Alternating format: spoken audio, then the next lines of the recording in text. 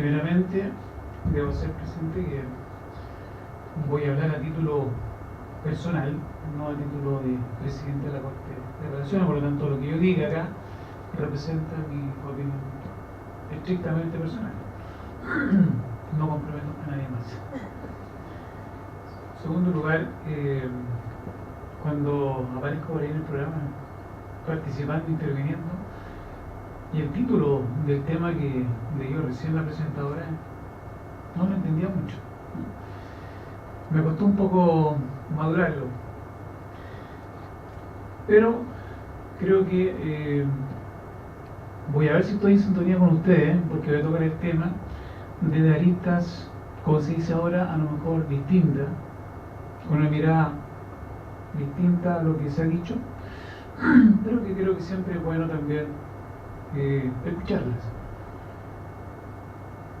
Un poquitito solamente para continuar con lo que expuso el ministro don Lamberto Cisterna, solamente un aspecto relacionado con la ley 20.000, que regula toda la tramitación de la ley de droga.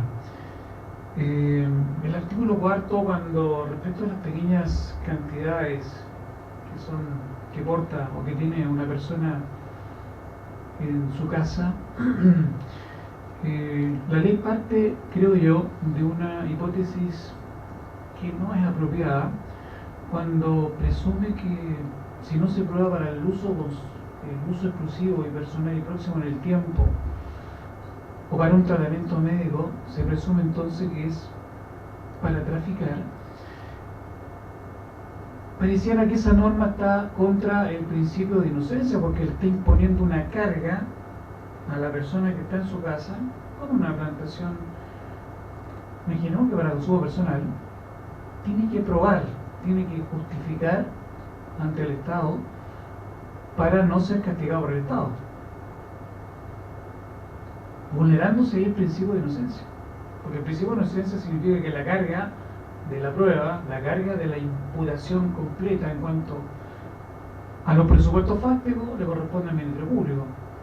Entonces, en ese aspecto creo que la ley no es adecuada en su terminología, en su redacción. Es un poquitito para continuar con el examen de la ley 20.000. Ahora yo me voy a apartar un poco y voy a referirme un poco al ser humano, porque acá el encuentro de la jornada dice la relación o la integración entre la justicia y la ciudadanía, entre los órganos que administran justicia, ¿cierto?, y el ciudadano común, que a veces es completamente ajeno a esta administración de justicia. Bueno, paradójicamente los derechos de las personas, la dignidad de la persona, o el reconocimiento, la preocupación por los derechos esenciales nuestros, se producen justamente cuando ellos son violentamente vulnerados.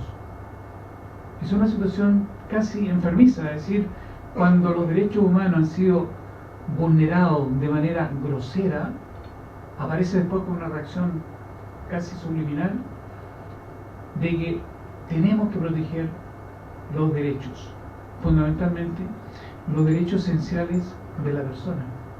Es como que si en un estado de normalidad no nos preocupamos, o estos derechos pasan o son indivisibles o son invisibles, porque pasan al segundo o tercer plano, lo que no habla bien de nosotros como sociedad. Porque justamente creo yo que el escenario o la plataforma ideal para tener un catálogo de derechos elementales y que cada día van creciendo progresivamente es una democracia, no un estado totalitario o un estado anárquico o un estado donde haya vulneración de derechos permanente. Pero nos damos cuenta que después de la Segunda Guerra Mundial nos dimos cuenta también que después de un periodo donde no hubo democracia durante ciertos años en Chile, nació una reacción ciudadana en el Estado de preocuparse justamente por la vulneración de los derechos humanos, cuando al contrario debiéramos estar preocupados permanentemente en un sistema democrático, consolidar una democracia plena Y en ese escenario, indudablemente que los derechos deberán ser protegidos de mejor manera. Ese es el primer punto que creo yo que es bueno también tenerlo presente. Ahora, toda norma jurídica es el instrumento que tienen los jueces, es el instrumento que tienen los tribunales, con el cual trabajan todos los días, la que tienen que aplicar a Pedro, Juan, Diego, María, Susana, qué sé yo. Y esa norma es una norma fría, una norma que tiene un lenguaje objetivo, una norma que cuando se dicta es para personas innominadas, no tiene un destinatario específico, y esa norma tenemos nosotros que aplicarla a una persona con nombre y apellido, a una persona que tiene una historia personal, muchas veces con frustraciones, con necesidades insatisfechas, y a esa persona entonces tenemos que aplicarle la norma. Y ahí cuando a veces comienza el cuestionamiento si basta con que los jueces o los tribunales o el Estado, en este afán de aplicar la ley, basta solamente crear la seguridad jurídica, esto es, aplicar la norma para mantener tranquila, sosegada, paz social a las personas, a la población, o también tenemos que ir más allá y buscar, ojalá, aplicar la justicia para ese caso particular y no quedarse solamente con la aplicación fría y objetiva de la norma. Creo yo que la sociedad y los tiempos modernos y los tiempos actuales exigen que la norma se aplique con justicia.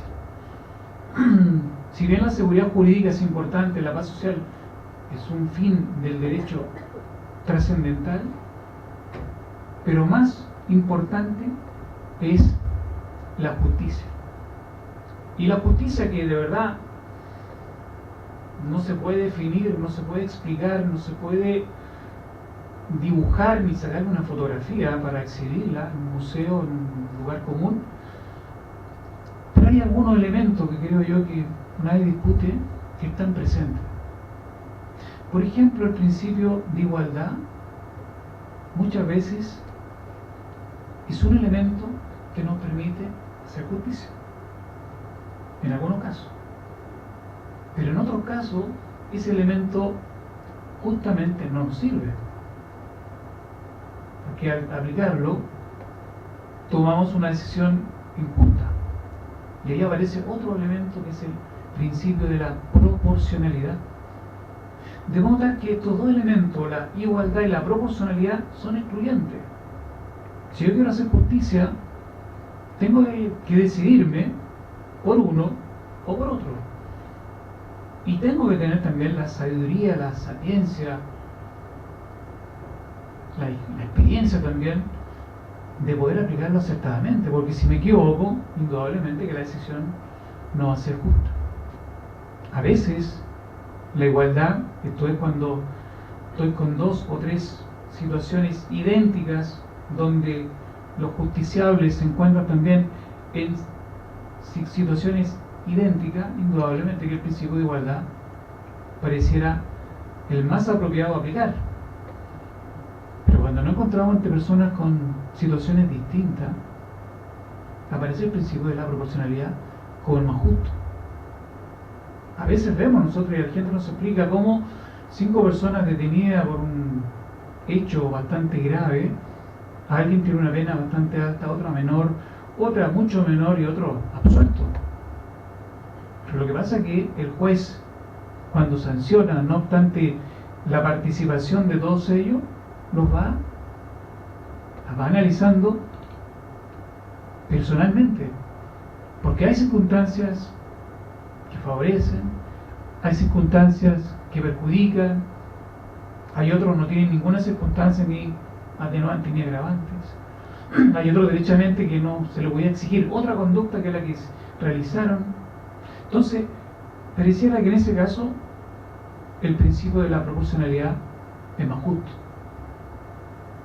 Entonces, tenemos que siempre los jueces lidiar con esta lucha permanente, cómo hacer justicia. Más aún cuando cada uno de nosotros, como seres humanos que somos, también tenemos nuestra historia personal.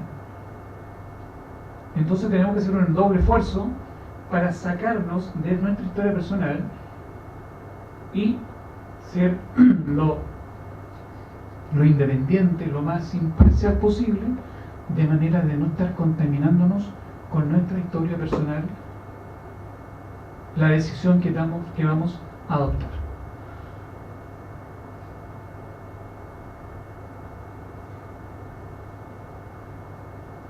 Otra situación que me interesa también abordar es que las sociedades, con el paso del tiempo, y bien sea, y más que las sociedades, las personas, porque en definitiva el ser humano que forma parte de la sociedad cada día es más exigente en cuanto a los derechos.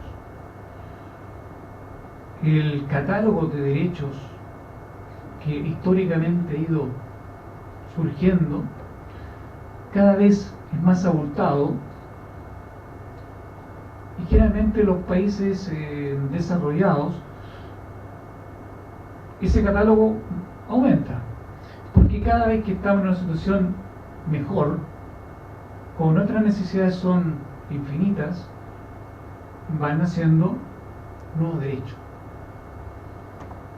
Por ende, saber cuál es el catálogo de nuestro derecho hoy en día, año 2017, también es una tarea que tenemos que asumir. Porque para algunos dirán, bueno, el derecho que reclama un determinado grupo, todavía yo no lo considero derecho. A lo mejor en 20 años más, 30 años más. Entonces, ese es un ejercicio que también como instituciones del Estado y como ciudadanos que somos, tenemos que preguntarnos, ¿cierto?, ¿qué categorías de derechos se están incorporando hoy día en nuestra sociedad? Una sociedad que evoluciona permanentemente. Pero también tenemos que estar conscientes que por cada derecho que existe, también existe un deber. Y ahí parece que en nuestras sociedades actuales uno divisa que hay un conformismo con los deberes, no con los derechos. Hay un tratamiento disímil entre el derecho y el deber. Yo exijo el derecho, está bien, pero también como yo exijo el derecho, también tengo que cumplir con los deberes, porque en definitiva mis deberes son los derechos de los demás, tan simple como eso. Por lo tanto, en la medida que yo cumplo con mis deberes, es porque también estoy satisfaciendo los derechos de todos los demás. Ahora, dentro de esa estructura, analizar cuál es el derecho del Estado y cuál es el derecho del individuo, también es una zona a veces que cuesta distinguir.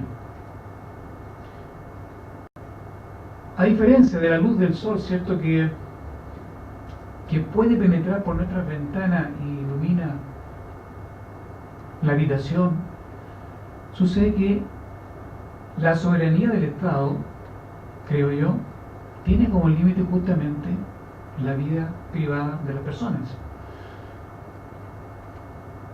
Y por eso que el Estado, y por eso que la organización de la familia permanentemente está cambiando.